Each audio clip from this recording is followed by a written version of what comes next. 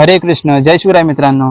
काल आपल्या कोकणात MH45 रायडर म्हणजेच आपलो सर्वांचो लाडको गण्या दादा त्याच्यासोबत एक जरा वेगळो प्रकार घडलो.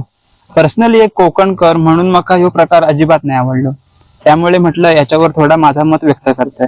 मी कोणाचं नाव घेणार नाही किंवा गावाचं पण नाव घेणार नाही, कारण सगळी माणसं आपलीच आहेत शेवटी. कसं असतं, नाण्याचे दोन बाजू असतात. जगात आपल्याला सर्वच चांगले मिळतील आणि जगात सर्वच खराब मिळतील असं नसतं.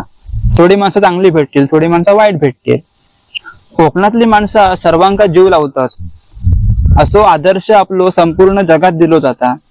इवन फॉरेनची माणसं पण आता कोकणाकडे वळतात. का? कोकणातली माणसं सर्वांका सारखो भाव देतात, घरातला असू दे नाहीतर बाहेरचा. अतिथी देवो भव ही आपली संस्कृती आपल्या कोकणात जास्त जपलेली दिसता. गण्यादादा आता आपल्या कोकण दौऱ्यावर आहे. तो लहान लहान गावात न जाऊन तिकडची देवळा, मंदिरा, तिकडची संस्कृती, गड किल्ले आणि शेती, हिरवळ या सर्व आपल्या ड्रोन कॅमेऱ्याने दाखवत आहे. आता मी तर असं कंटेंट क्रिएटर बघितलं नाही अजूनपर्यंत जो आपल्या कोकणातल्या लहान लहान गावांमध्ये जाऊन तिकडची संस्कृती, तिकडची माणसं कशी आहेत ह्या लोकांना सांगतो. त्याचे आता 2 मिलियन फॉलोवर आहेत.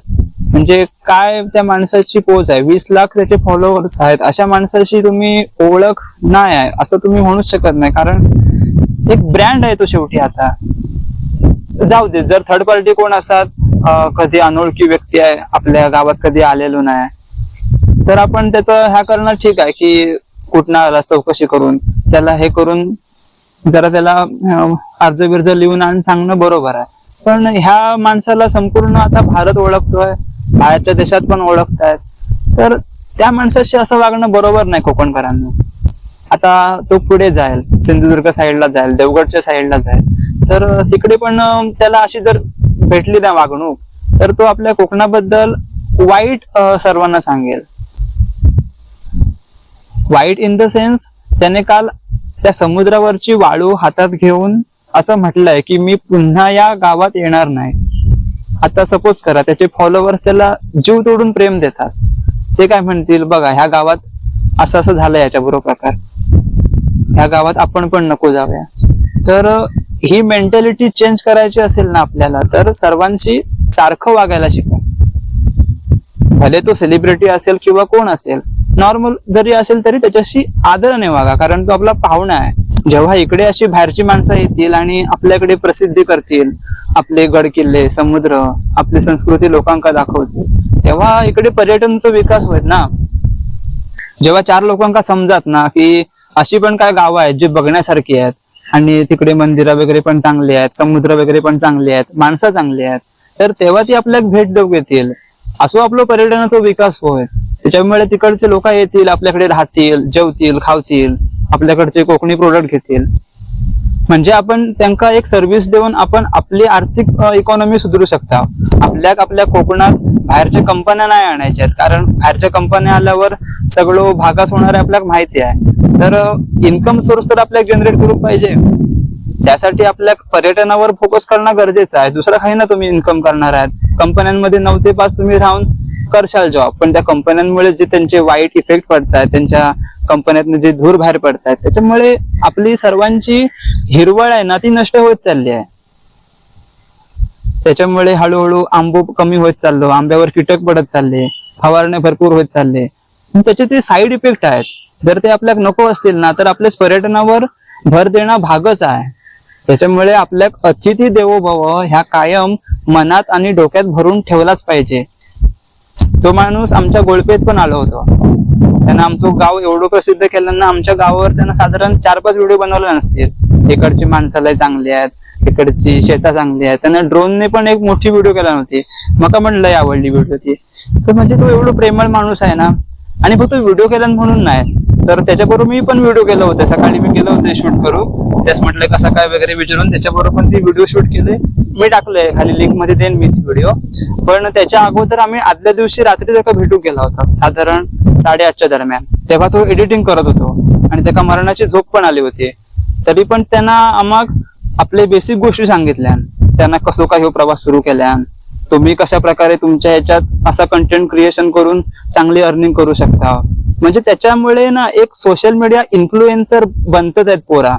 त्यांना ते आतल्या गोष्टी सांगितल्या जे बहुतेक लोकांका माहिती नसतात. त्यांना लोकांका काय वाटतं फक्त त्यांना सायकल घेतल्यान सुटलो, शूटिंग केल्यान टाकल्यान, पण तेवढ्याच नसतात. त्याचे स्ट्रगल किती आहेत ना, त्या खाण्यापासून राहण्यापर्यंत, पाण्याचे, परत त्याचे एडिटिंगचे, त्याचे व्हिडिओ अपलोडिंगसाठी लागणाऱ्या नेटचे एवढे प्रॉब्लेम त्या फेस करू लागतात ना, तरी पण तो गेले 3-4 वर्ष फिरताय, वन करताय, उन्हात अनात ना, पावसात ना, अक्षरशः त्याची म्हणजे मी कमाल करतोय अक्षरशः. एवढा कोण सायकल चालवू शकता मका अजूनपर्यंत भेटलेलो नाही माणूस. आपण जर एक दिवस सायकल घेऊन बाहेर पडला ना तरी आपली संध्याकाळी खडी होईल अशी परिस्थिती आहे खरी. पण तो सलग 3-4 वर्ष करताय म्हणजे तू आपल्या ह्याच्यावर एवढी मेहनत घेताय ना, उगाच नाही त्याचे एवढे फॉलोअर्स आहेत, त्यानं काहीतरी वेगळा केलेला आहे. आणि त्याच्याशी आपण असं वागणं मका तर नाही योग्य वाटत पर्सनली. तो आपलं केदारनाथ, बद्रीनाथ, भूटान, नेपाळ असे आपले बाहेरचे जे देश आहेत तिकडे पण गेलेलो आहे, पूर्ण भारत फिरलेलो आहे. त्याची एक सोशल मीडियावर इमेज तयार झालेली आहे. आपण अशा माणसाशी तर असं नाही वागू शकत. ठीक आहे, तुम्हाला जर तिकडे आपल्या गावात नाही द्यायचे, आपल्या गावात जर असे काही नियम असतील की मंदिरात स्टे करणं नाही, असतात काय काय गावात मका माहिती आहे, पण एक साधारण वाट सुरू आहे, त्याका थोडी आरामाची गरज आहे ह्या समजून तरी तुम्ही द्या. इव्हन मंदिरात नका देऊ, तुम्ही समुद्रावर तरी परमिशन देशाल. समुद्रावर तरी काय चोरून नेणार होता तो माणूस, आणि असा काय समुद्रावर आहे जण नेण्यासारखा असता. मंदिरात तरी ठीक आहे, मंदिरात पण गाभाऱ्यात टाळा असता, त्याच्यामुळे गाभाऱ्याच्या आतमध्ये तर जाऊ शकत नाही.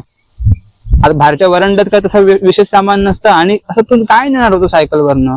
सीसीटीव्ही असतात सगळ्या मंदिरात, त्याच्यामुळे असा काही विशेष नाही की त्याच्यामुळे मोठा प्रॉब्लेम क्रिएट होतो.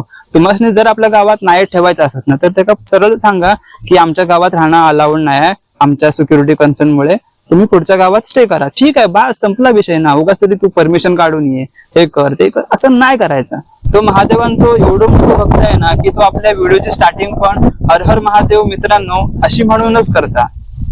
तुम्ही त्याच्या एवढ्या मोठ्या भक्ताक एका रात्री तो आसरू नाही देऊ शकत, आणि एवढ्या मोठ्या भक्ताक तुम्ही एका दिवसात तो आसरू नाही देऊ शकत. त्या नीलकंठाक काय वाटलं असाल. लोकांका तेवढंच पाहिजे असता, एक चूक भेटली ना बास झाली. पण त्यांच्यासाठी मी सांगेन, जसे तुम्हाला सगळीच माणसं चांगली नाही ना भेटत, तशी सगळी माणसं वाईट पण नाही भेटत. कोकणात माणुसकी अजून पण आहे, नक्की या कोकणात. कोकण आपलोच असा, काही टेन्शन नाही. अगदीच काय वाटलं तर मका फोन करा, मी तुमच्या राहायची व्यवस्था करतोय. स्क्रीनवर तुम्हाला नंबर दिसत, कॉन्टॅक्ट करा, काय टेन्शन नाही. हे व्हिडिओ बनवायच्या मागे माझं एकच इंटेन्शन होतं की ही चूक आहे ना आता ही पुढे करू नका. आता तो फक्त अर्धा कोकणच फिरलो आहे, अर्धा कोकण आपला बाकी आहे. सिंधुदुर्गात जाईल तो, तिकडे अजून 15-20 दिवस स्टे करेल. जरा समजून घ्या लोकांका, त्याची पण सिच्युएशन आहे. तो असाच आपलं घर सोडून नाही फिरत आहे, दाखवत आहे तो आपल्या इकडची तिकडची गावा संस्कृती दाखवत आहे. तुम्हाला खय बघू भेटणार आहे. मी पण आताच कंटेंट क्रिएट करू लागले आहे, त्याच्यामुळे मका पण एवढीशी आयडिया नाही. मी फक्त काय बेसिक गोष्टी आहे तेवढे सांगेन. त्याकडे ड्रोन कॅमेरा आहे, तिकडचे तू पूर्ण अँगल घेऊ शकता. माझे ड्रोन कॅमेरा काय, पण असे तुम्ही आहेत ना त्यांना जरा रिस्पेक्ट द्या ना, एक व्हॅल्यू द्या काहीतरी. असं मानसिक त्रास कोणाक देणं बरोबर नाही ना. त्याची पण शेवटी दिवसभर दगदगच असता. सायकल चालवणं म्हणजे आपली कॅलरी किती बर्न होत आहे तुम्हाला माहिती आहे. त्याला रिकव्हरीसाठी व्यवस्थित झोप पण मिळत नाही, योग्य आहार पण मिळत नाही, तरी पण तो गेले 3-4 वर्ष वन करताय. तर त्याला असं मानसिक त्रास देणं बरोबर नाही मित्रांनो. आणि हो व्हिडिओ जरा गणदादाक शेअर करा, त्याचं पण राग शांत होऊ दे. राधे राधे.